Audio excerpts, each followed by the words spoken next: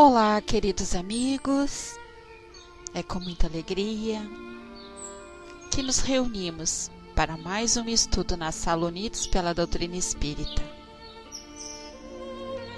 Hoje, agradecido que somos por poder estar aqui juntos com a espiritualidade amiga, aonde com o amor, com a dedicação dos nossos benfeitores, estarão sempre nos emanando tudo aquilo que buscamos e desejamos. Então eu convido a todos para que possamos fechar os nossos olhos, respirar bem fundo, aquietar o coração, a mente, e vamos focar uma luz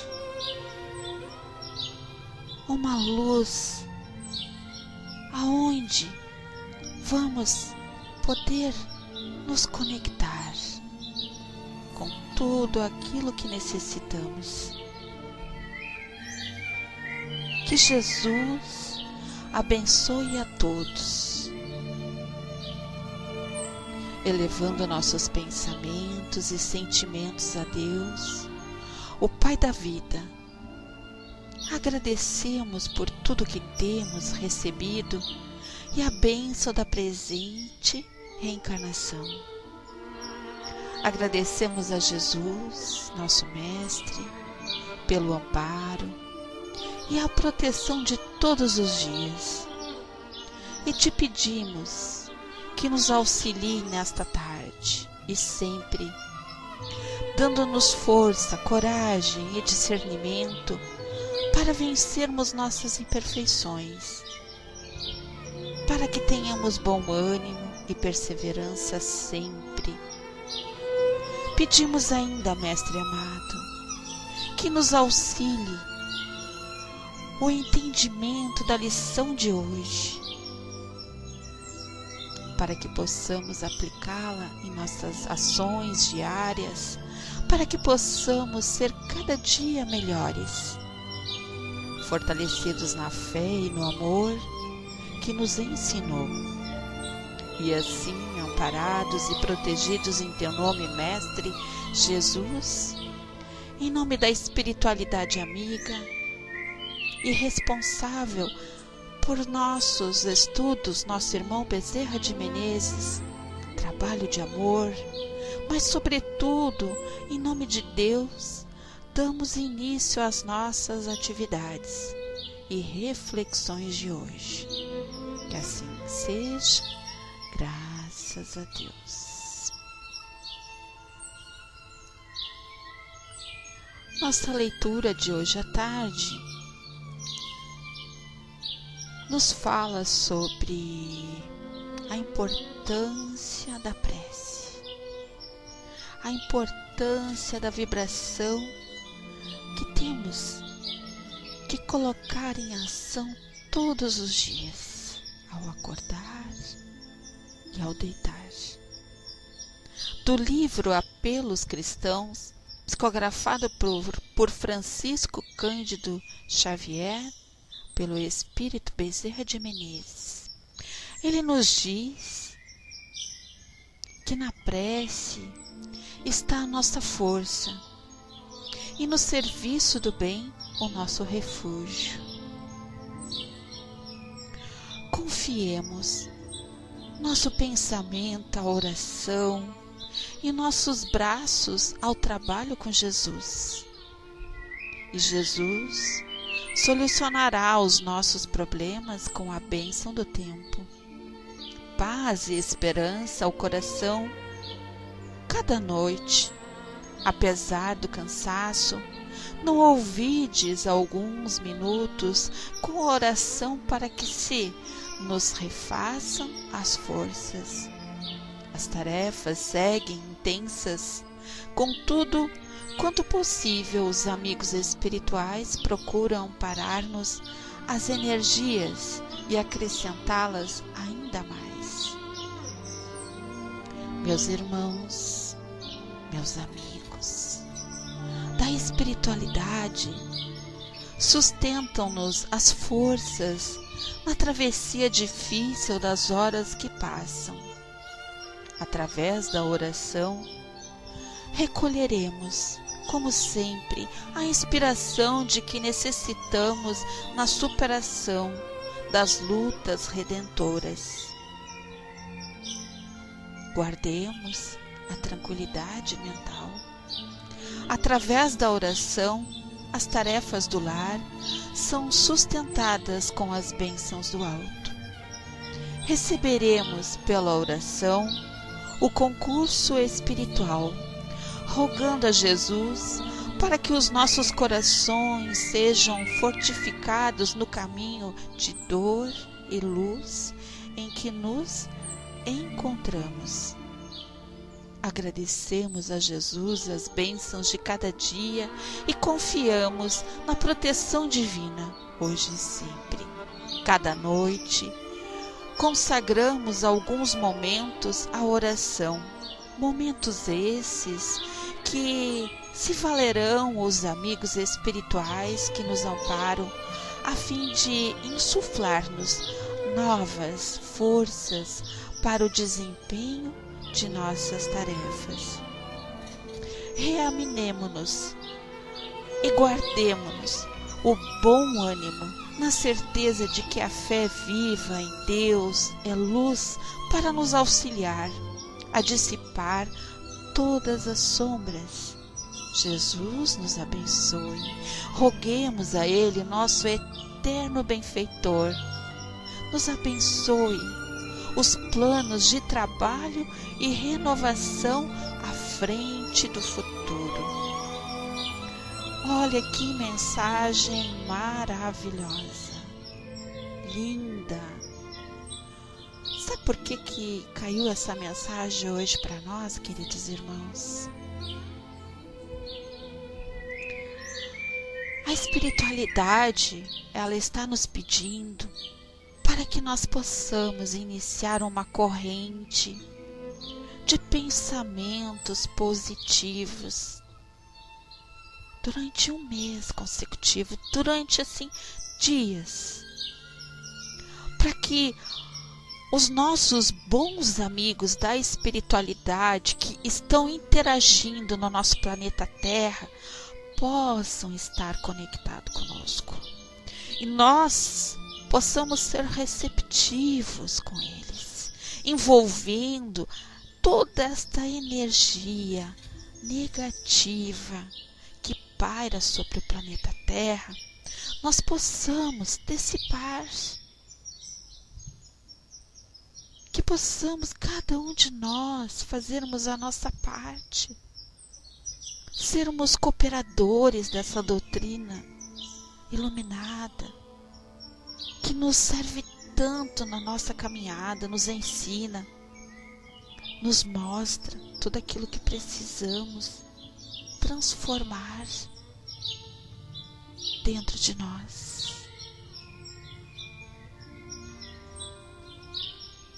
Então, que possamos atender esse chamado desses amigos amorosos,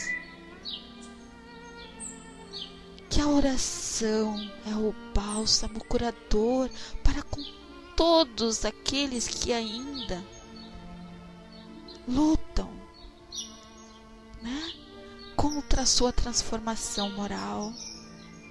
Que a oração ela possa curar, tratar as doenças do espírito, da alma e do corpo. Mas não basta só orar, é nos conectar, é buscar junto a este momento tão sublime, nos conectar com a natureza, sentir o vento, sentir o cantar dos pássaros, sentir os raios do sol, sentir a luz da lua, sentir tudo aquilo que temos capacidade que está em nossa volta. Então, essa mensagem de hoje, que ela possa nos fortalecer e que possamos também cuidar de si próprio, todos os dias um pouquinho. Ao acordar, sermos gratos pela vida. Ao deitar, agradecer pelo dia que tivemos.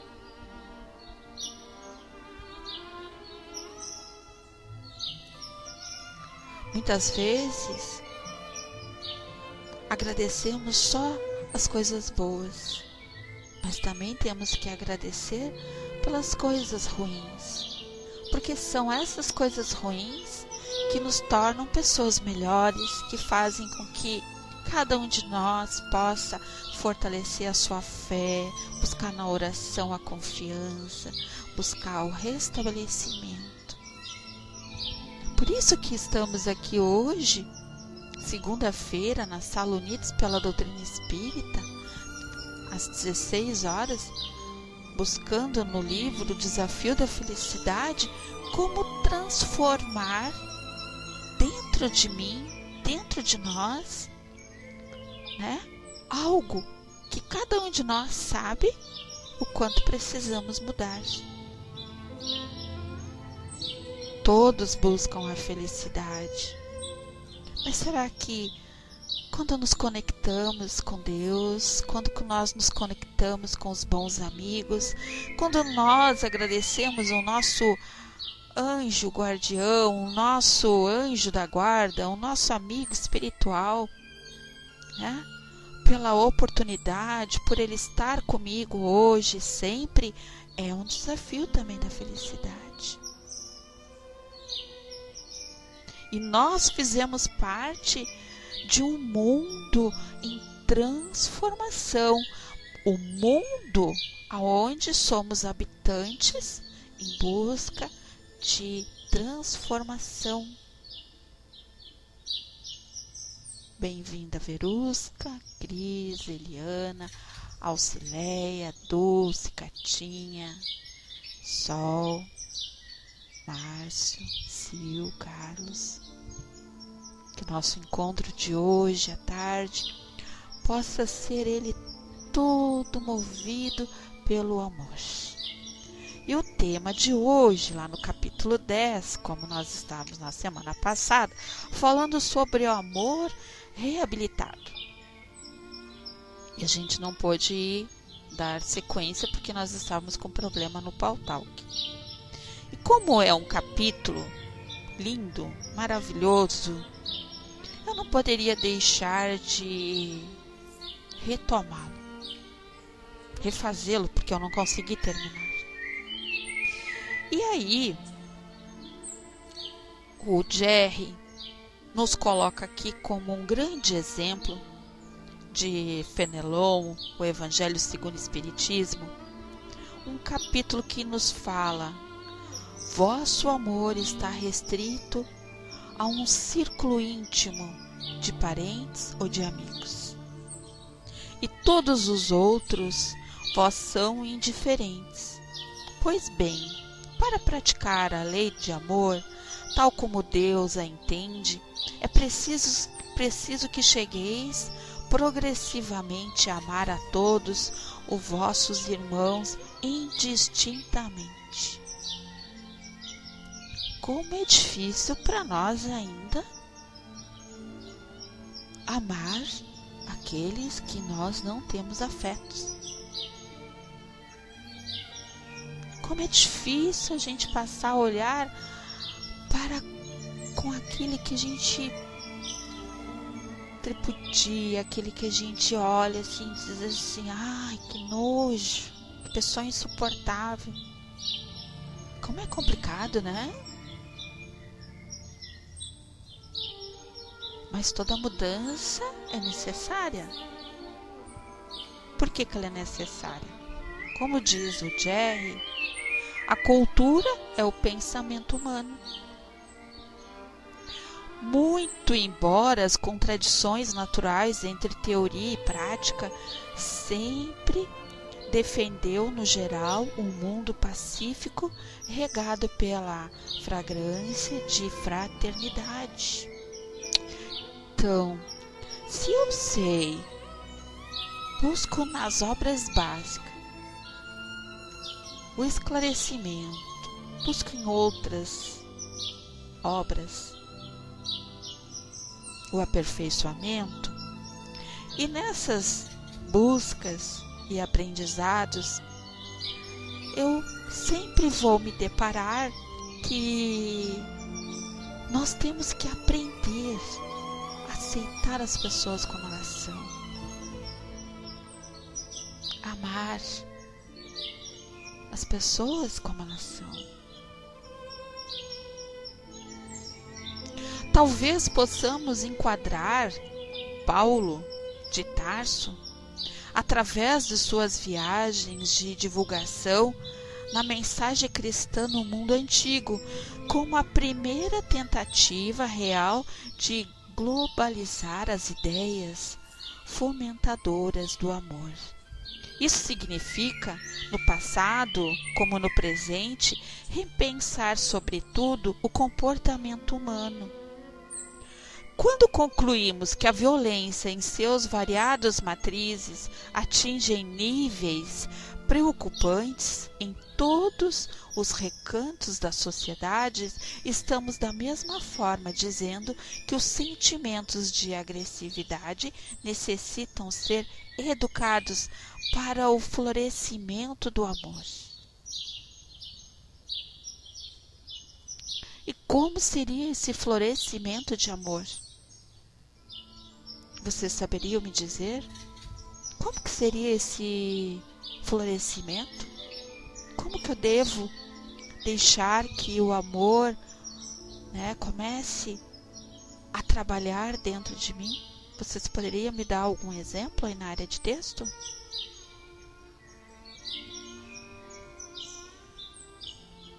A Cris diz amando ao próximo como a nós mesmos. A Sil diz não julgando e perdoando. Pois é. O Jerry me conhecendo. Muito bem, Verusca. Fez aqui eu pensar um pouquinho. Me conhecendo. Primeiro a gente tem que se conhecer a si mesmo e trabalhar, a nossa reforma íntima. Como eu disse semana passada, nós não precisamos de um juiz para nos julgar. O nosso juiz é a nossa consciência. A nossa consciência vai nos mostrar aonde precisamos nos transformar, seja para o bem ou seja para o mal.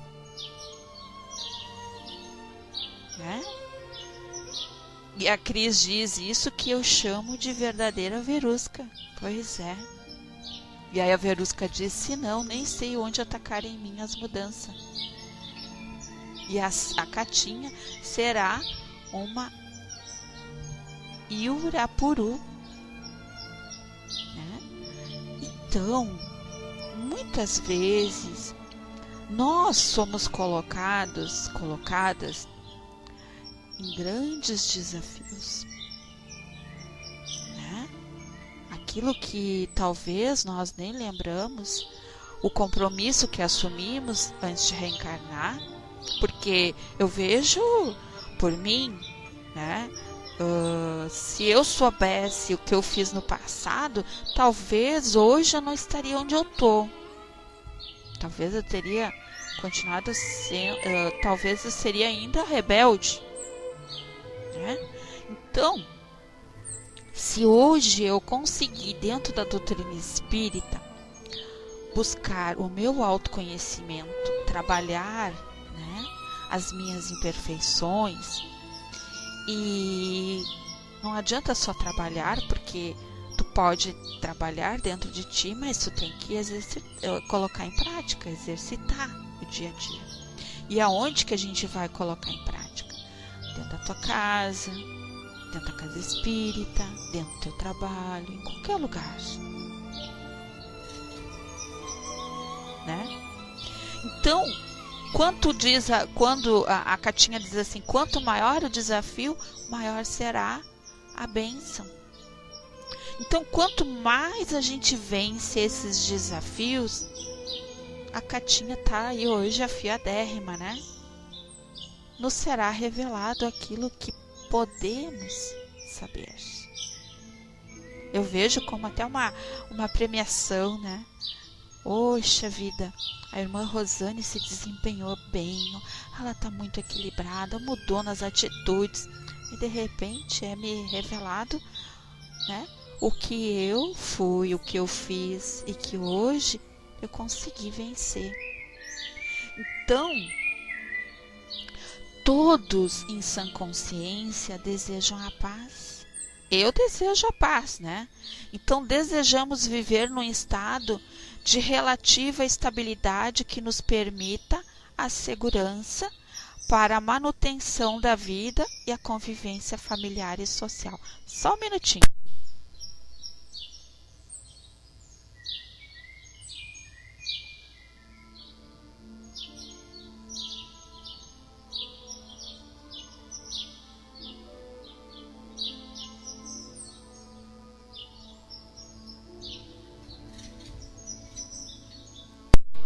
Voltando. Produtiva e realizadora. Indivíduos maduros e sadios em qualquer lugar do mundo desejam isso. Logo, o princípio da paz é naturalmente um sentimento universal, mas ainda não implementado na consciência planetária. Muito embora já tenhamos avançado bastante nas legislações e nas negociações para a paz mundial. Os conflitos seguem desafiando a capacidade humana de enfrentá-los sabiamente. Bom, eu quero fazer aqui um relato para vocês que eu acho que é muito importante. Eu até vou marcar aqui onde eu parei.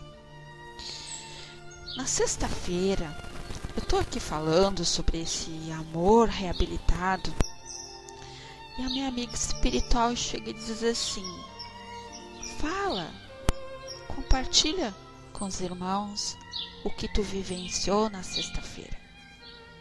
É tão importante a gente poder ter grandes exemplos, né?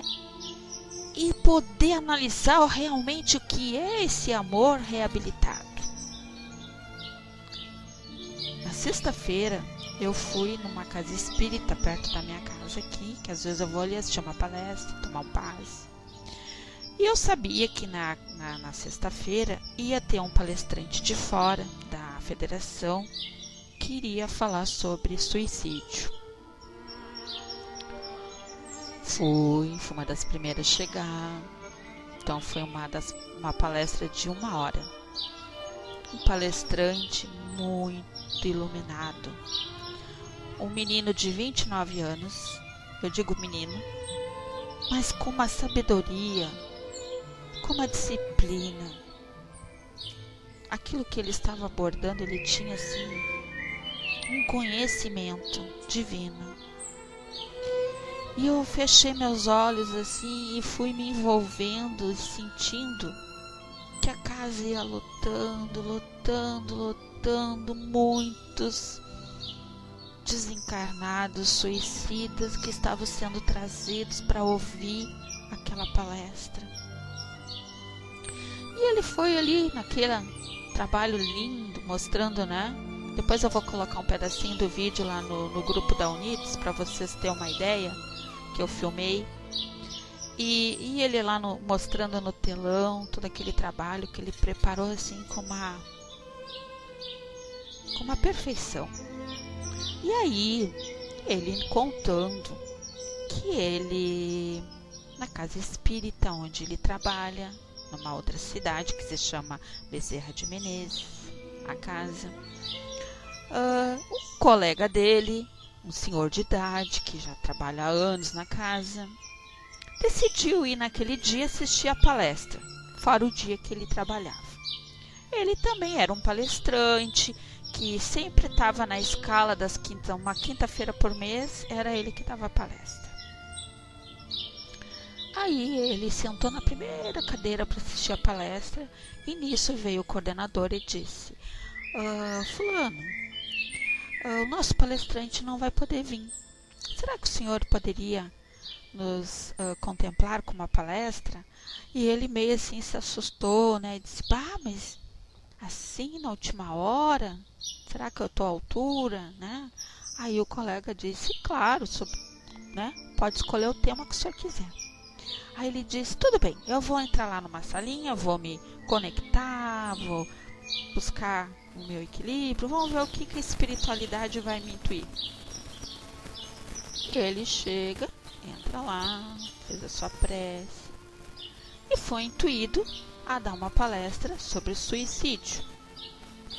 Aí esse palestrante, né, chega e diz assim, o que estava contando a história na sexta-feira, que ele levou um susto, disse: olha o tema que ele foi escolher, logo suicídio, um tema tão pesado. Mas seja o que Deus quiser.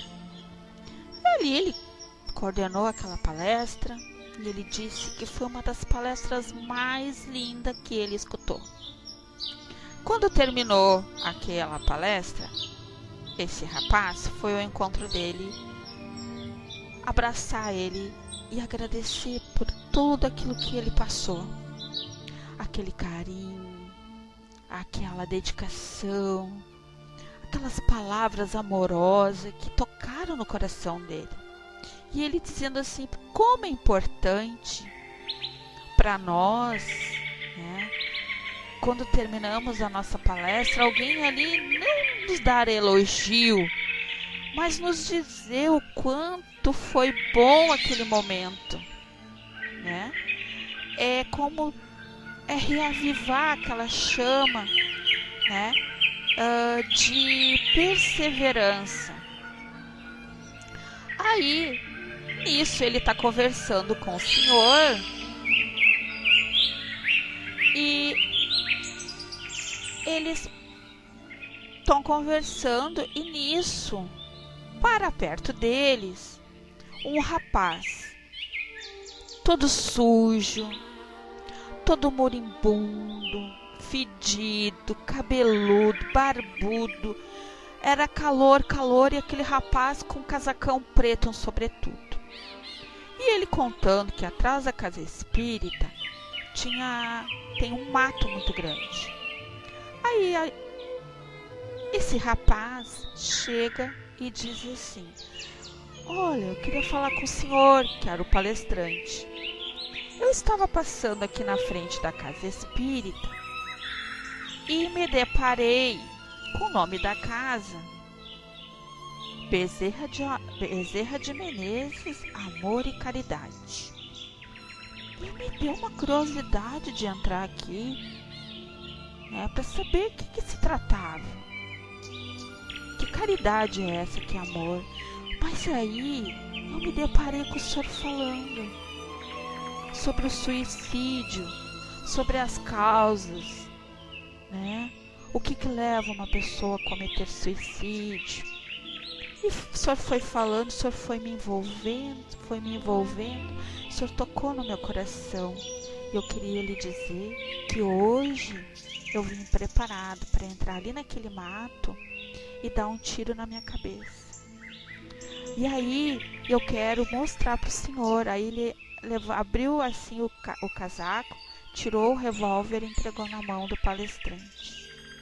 E eu gostaria muito que o senhor me ajudasse. Aí, meus amados, por que eu estou dando isso como referência? O amor reabilitado. Vocês viram que às vezes a gente se preocupa tanto em quantidade e não valorizamos a qualidade naquilo que fazemos. Às vezes a gente está na casa espírita, a gente tá ali na tribuna, tá falando algo, às vezes tem pessoas que nem estão prestando atenção, às vezes tem pessoas que ficam conversando assuntos paralelos, né? Não só ali assistindo a palestra, qualquer atividade, tanto da casa espírita, até aqui na sala mesmo, né? Vocês já pararam para pensar quantas pessoas às vezes chegam ali pensando em tirar as suas vidas?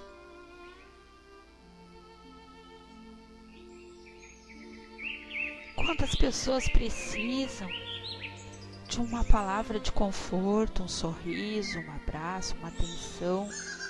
E muitas vezes, né, os nossos bons amigos conduzem, tocam no coração daquele irmão, para que ele adentre naquele lar, naquele lugar, né, que ali ele vai ser amparado. Então, quando nós falamos nesse amor reabilitado, nós não podemos fazer a distinção, seja de quem quer que seja. Porque ali nós vamos praticar a lei de amor. A lei de amor. Então, quando eu fiz aquela pergunta e todo mundo respondeu, e a Verusca disse, eu tenho que me conhecer a si mesmo, eu sei se eu vou olhar para o meu próximo com olho de desdém, reprovação, julgamento, crítica, nojo, repulsa, né? E a gente tem debatido tanto sobre isso na nossa sala, sobre as nossas atitudes, a nossa disciplina no nosso dia a dia.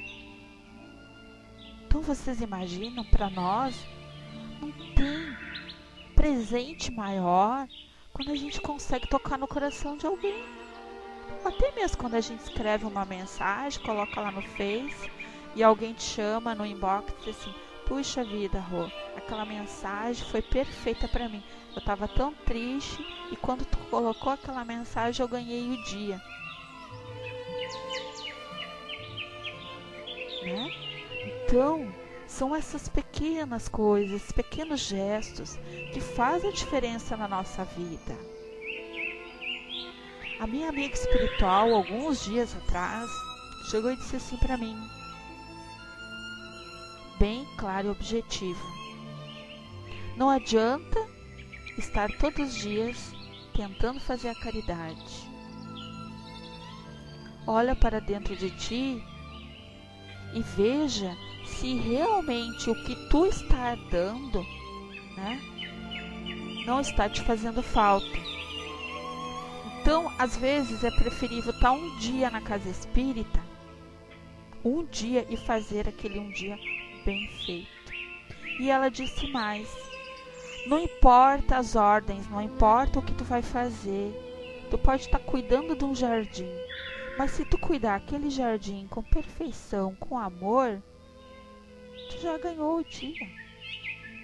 Não importa o que os outros falam, o que os outros pensam, o que os outros critiquem, se preocupa naquilo que tu vai fazer. Então, muitas vezes, nós queremos a perfeição e nos preocupamos muito com o que os outros pensam.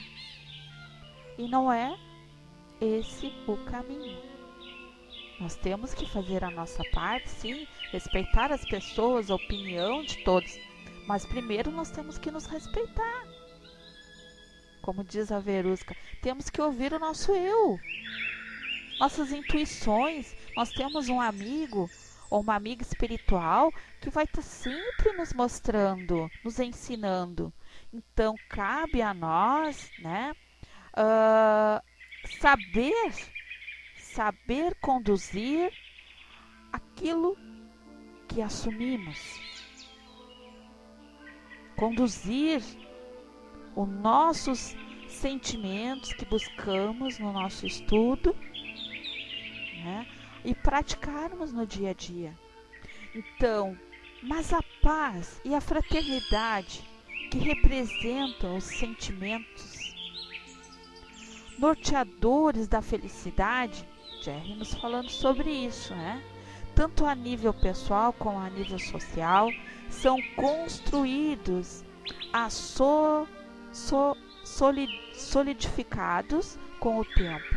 As ideias espíritas, neste contexto, possuem enorme força e se espalham pelo mundo, recebendo acolhida em diversos países, culturas, graças, como anotou Kardec, a força de sua filosofia ao apelo que atinge, que dirige a razão ao bom senso, e ao trabalho incansável de seus divulgadores, dentre os quais, reconhecidamente, nomeamos Francisco Cândido Xavier e Divaldo Pereira Franco.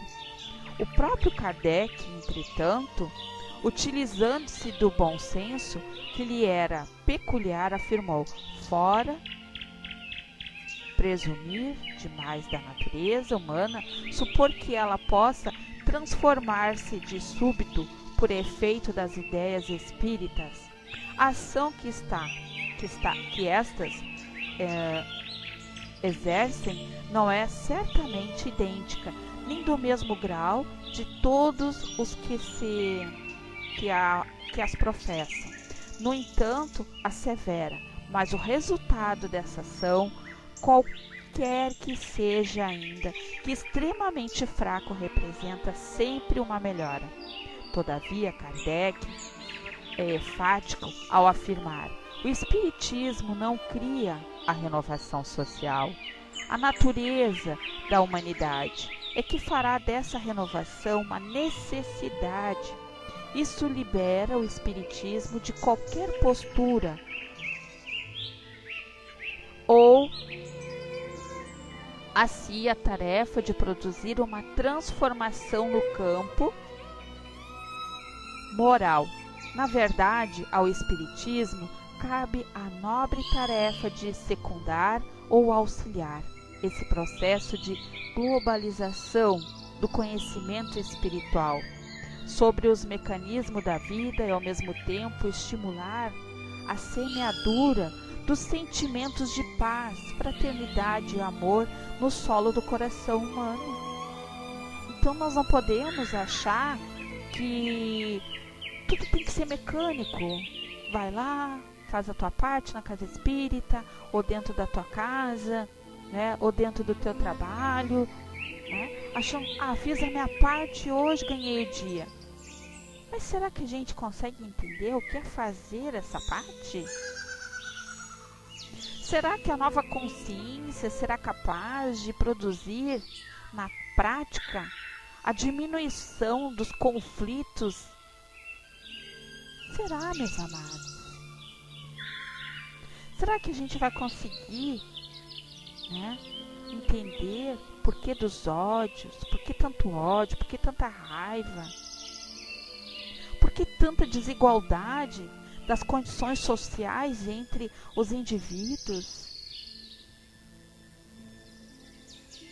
Então, ficam alguns questionamentos. Como podemos pensar numa globalização dos sentimentos nobres se na microsociedade doméstica tais sentimentos também se encontram em conflito? Por exemplo, aqui na sala, vamos dar um exemplo aqui da sala. Até a Sil chegar, tá tudo lindo, maravilhoso. A Sil chegou, pronto. Eu já não me senti bem, porque eu não gosto da Sil. Aí eu fico ali pensando, pensamentos arredios, pensamentos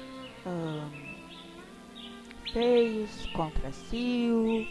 Eu mandando pra Sil, tomara que ela caia da sala, tomara que ela não fique na sala, né? E aí, como que eu posso falar em doutrina, como que eu posso falar em amar o próximo, se eu não consigo trabalhar ainda essa minha dificuldade para com a minha colega Sil?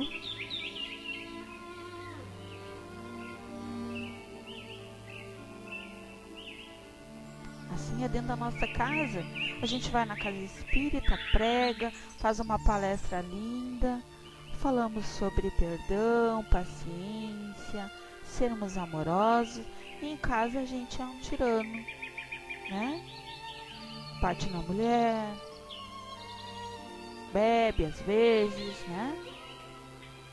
Isso não é um julgamento, isso é só uma colocação, porque a gente vê, conhece e se depara com pessoas assim. E aí, o que está faltando?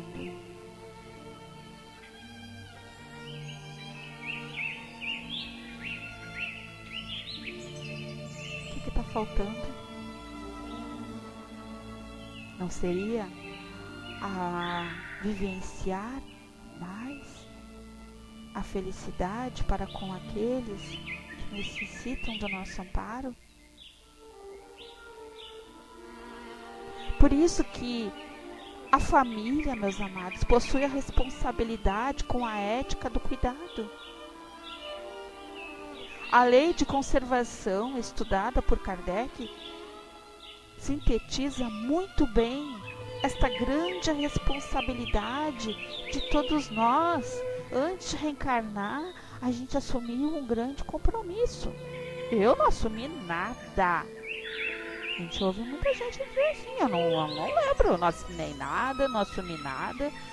Não, vem com essa, Rô. Pois é. Mas um dia, essas mesmas pessoas que dizem que não assumiu nada, vai tirar o véu dos seus olhos.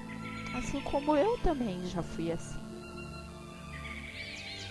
E hoje eu consigo dizer para vocês, eu sei que eu assumi um grande compromisso, mas eu procuro sempre ser uma boa aluna.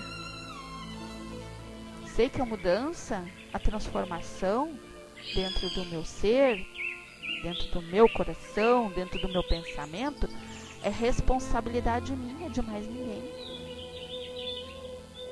Eu tenho que entender, eu tenho que compreender que se eu estou em determinado lugar, é porque lá é necessário eu estar. A Cris diz, Rô, em casa a gente faz o máximo para obter a mudança absoluta interior, porque nossos familiares ficam nos cobrando o tempo todo qualquer deslize em nós. Mas eu não posso também, né, deixar que só cobrem de mim. Eu só posso oferecer e dar aquilo que eu posso, aquilo que eu estou preparada. Porque antes de eu cobrar qualquer coisa de alguém, a minha mudança, aquela pessoa ela já tem que ter tido aquela mudança dela, transformado nela algo melhor. Não, vocês não concordam? Então, na família cabe ao casal e às pessoas responsáveis o trabalho perseverante de sustentar as relações com base nos sentimentos. Tais sentimentos são aqueles que produzem a própria união da família e permitem com que ela possa resolver seus conflitos e crises com discernimento, sem que seus membros abdiquem do afeto e do respeito mútuos. O Carlos diz, querem chamar a atenção, Cris, e fazem da forma que sabem. Aqui em casa eu já tive que dizer que sou espírita e não faço curso para virar santa. Exato, porque na cabeça deles, Cris, muitas pessoas acham, porque a gente está na casa espírita, tudo é perfeito. Todo mundo é lá já, está curado, ninguém tem problema, todo mundo, né, não tem nenhum probleminha de transformação moral, tá todo mundo assim no caminho, já atingiu a plenitude. E a gente sabe que não é bem assim, né? A gente ouve assim, mas como? Na casa espírita não poderia existir fofoca, disputa, mentira. Mas a casa espírita, ela é perfeita. Mas quem é que está comandando? Quem está na casa espírita somos nós ainda imperfeitos. Ainda somos muito imperfeitos. Então, a questão do trabalho. nos remete ao princípio do esforço e determinação pessoal. Isso significa superar os obstáculos, desafios, os desânimos que aparecerão naturalmente no meio do caminho. Nossa, e como aparece desânimo? Às vezes a gente tem vontade de dizer assim, puxa vida, mas tá complicado, tá cansativo, não aguento mais isso. Aí tu olha assim, puxa vida, mas eu vou desistir agora, né?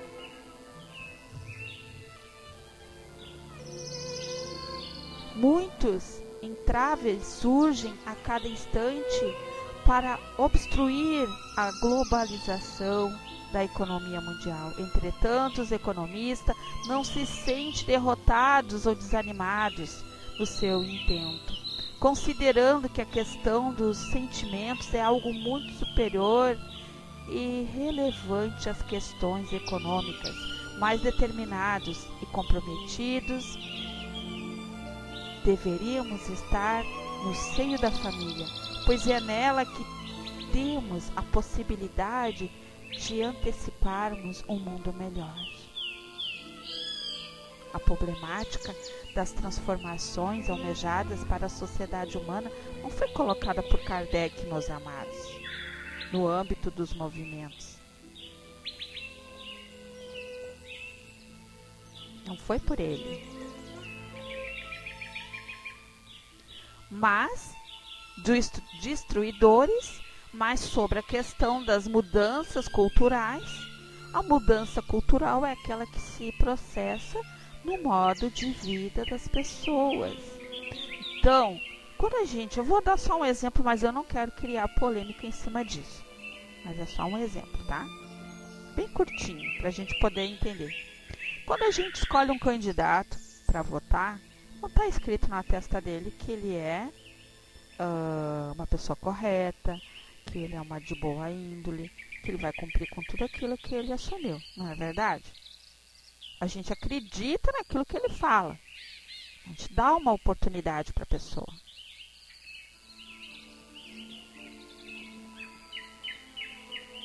Muitos cumprem, outros não. E aí? Tudo começa como base no lar.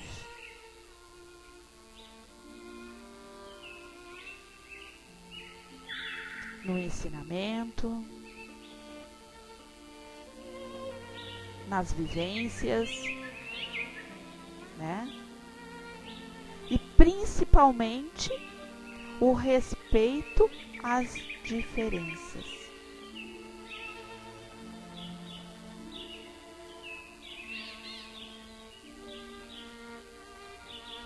Então, se eu não tiver uma boa educação e eu não conhecer a mim mesmo e não aprender a respeitar o meu próximo,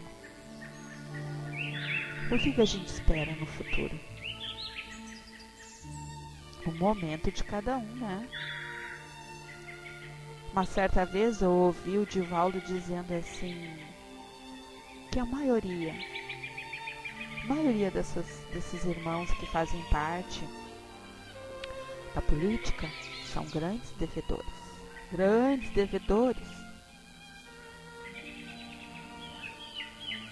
Que estão ali com uma oportunidade, né, de mostrar o outro lado para a humanidade.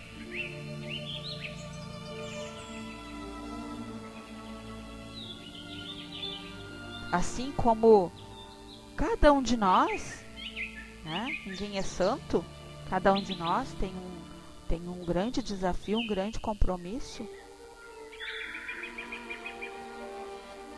no nosso dia a dia para com todos aqueles que fazem parte do nosso convívio.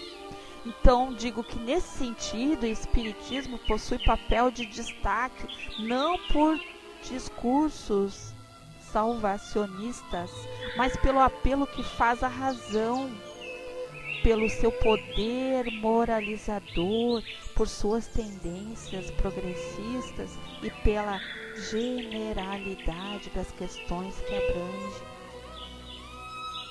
A família, amigos e irmãos, vai ser sempre um ponto fundamental de partida. É um laboratório onde essas várias experiências se processam e onde em primeiro lugar, o sentimento de amor deve se manifestar na semeadura do exemplo, na descrição da vida privada, local onde surgirá o homem de bem. Então, eu tenho que ser o exemplo dentro da minha casa.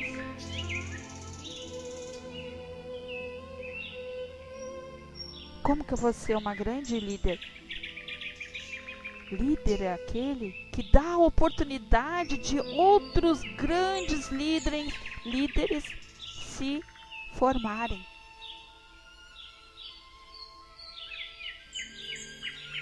Antigamente a gente se dizia que o líder é aquele que está na linha de frente combatendo.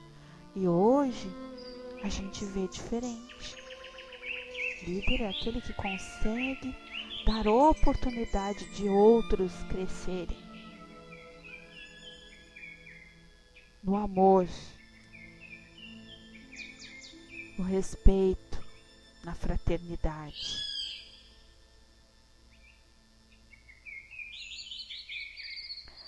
E aí, para que a gente possa ainda ter mais entendimento sobre esse item, eu separei algo aqui do livro Ceifa de Luz, de Francisco Cândido Xavier. E hoje, conversando com a minha amiga espiritual, eu disse, eu preciso tanto de algo assim para concluir esse estudo do capítulo, do item 10.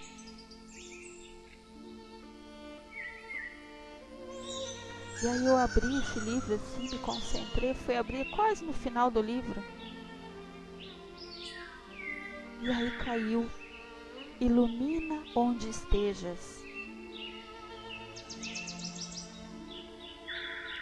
E eu dedico essa mensagem para cada um de nós aqui na sala. Jesus, lá no Mateus, capítulo 5, item 14, tem uma passagemzinha de Jesus que ele diz: vós sois a luz do mundo, meus amados. Olha que maravilha! A gente tem duas escolhas quando a gente acorda: acordar azedo ou acordar de bem com a vida. Só nós vamos poder escolher. Ou às vezes a gente também pode escolher: eu quero ser luz, eu quero ser escuridão. Nós temos o nosso livre-arbítrio. E aí o que Francisco Cândido Xavier nos fala, pelo Espírito Emmanuel, sobre vós sois a luz do mundo? Ele nos diz: observa em torno de ti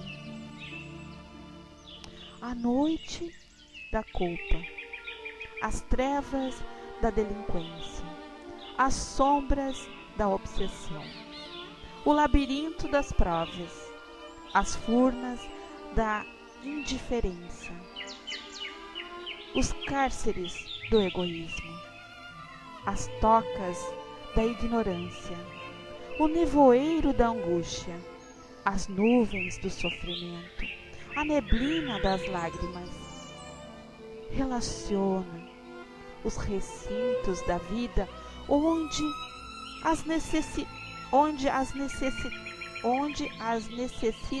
necessidades da alma nos obscurecem os caminhos, e estende auxílio e compreensão, paz, esperança onde estiveres. Disse-nos o Cristo: sois a luz do mundo, E toda criatura é uma fonte de luz por ser em si uma fonte de amor. E aí, meus amigos, se eu sou luz, por que ainda eu permito estar nessa escuridão, que às vezes é o ódio, a vingança, a raiva? Não se permitam, não. As dificuldades, elas são necessárias para que a gente possa aprender, porque a gente sempre escolhe o caminho da dor.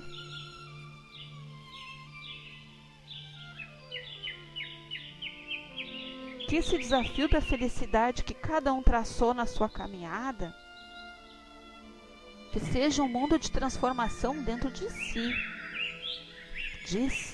próprio. É como eu digo, se eu sei que sou luz, eu tenho o poder infinito de buscar essa força junto aos bons amigos. E eu mesmo me reeducar os meus sentimentos. A gente só vai aceitar a ajuda do próximo se eu passo a entender o que é educar esses sentimentos. E um deles é não deixar que o orgulho domine, né, dentro de nós a humildade. Porque muitas vezes somos orgulhosos e não aceitamos o amparo, uma palavra amiga, um conselho, um sorriso, ou até um bom dia daquele que a gente não tem afinidade. Isso é um desafio da felicidade todos os dias. E não adianta às vezes a gente ir lá, depois fazer uma meditação, rezar, pedir perdão, se a gente não muda as nossas atitudes.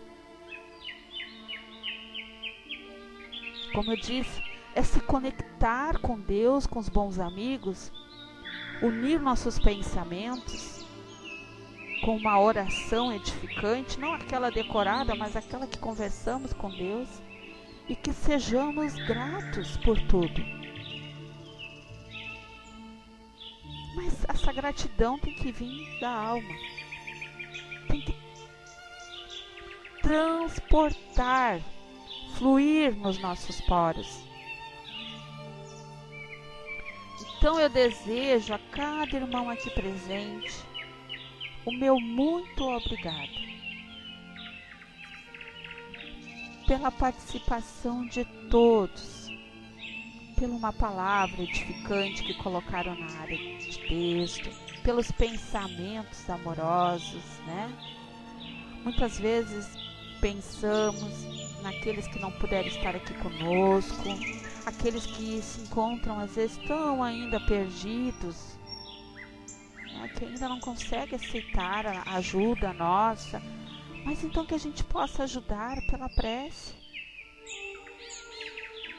Como diz Chico, né? Chico dizia, eu não tenho como agradar a todos, mas se eu conseguir tocar no coração de um irmão, esse irmão eu tenho certeza que nunca mais vai me esquecer. E eu peço, a única coisa que eu peço, reze por cada um de nós, para que a gente possa ser vitorioso na nossa caminhada. É só isso que eu desejo a Rô. Beijo no coração de todos.